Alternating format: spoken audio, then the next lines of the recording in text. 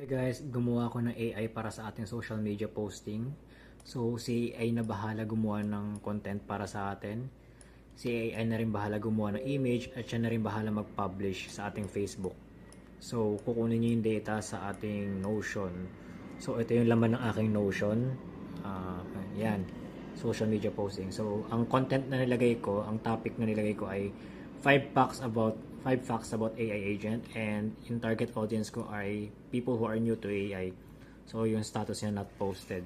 Yun, subukan natin i-run yung ating automation. So, run natin. Yun, kinukuha niya yung data sa ating Notion. So, yung gumagawa na siya ng post description.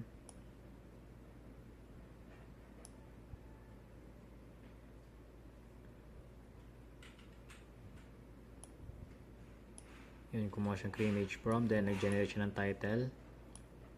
Ayun, ginagawa niya ng image.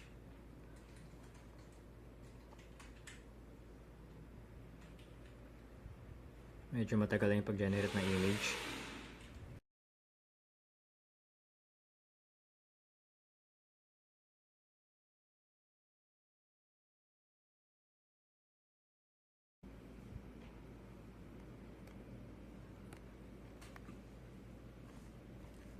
Ayun guys, tapos yan i-generate yung image at pinublish na rin natin sa ating Facebook.